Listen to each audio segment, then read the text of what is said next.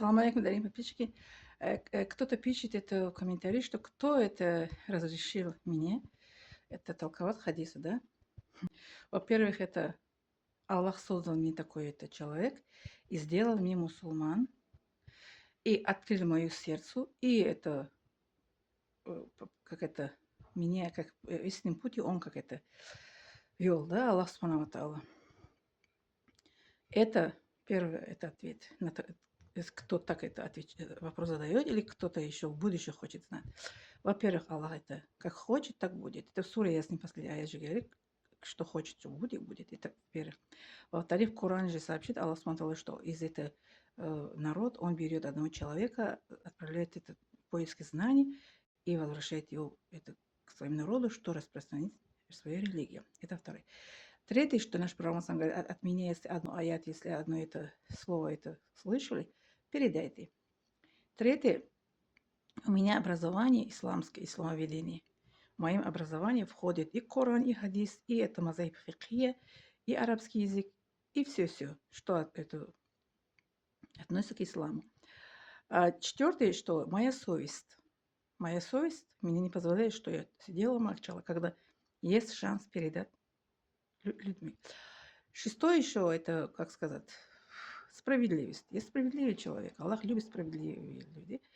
Я сделаю это видео и на таджикский, и на русский. Поэтому месяц Рамадан мы должны как делать это больше доброе дело, чтобы получить больше это награда от Аллаха. Не то, что сидеть это, как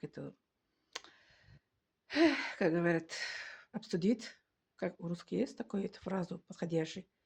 Забыли это вас спросить, что мне это как это толковать хадисы или нет? Толковать это аят Коран или нет? Как это вам это, как это не стыдно? Это люди, которые задают вопрос, что как вам это не стыдно, как вам это не, как сказать, перед Аллахом, да? Не стыдно, что Аллах это, он дает это знание своей рабу, да, чтобы передать другими. А вы это сидите и как это ищете, обсудите и как это задаете вопрос, что это такое, или интересуетесь, что кто это разрешил мне. Ответ получили? Пожалуйста, если вы мусульмане настоящие, как истинные, должны следовать Коран и Сунна. У пророка сам есть хадис тоже, что от этого хороший нрав мусульман либо говорит хорошее слово, либо молчит. А вы в месяц Рамадан обидели меня со своими словами. В месяц Рамадан мы не должны кого-то обидеть, кого-то как это делать больно. Это месяц как священное благословение месяц.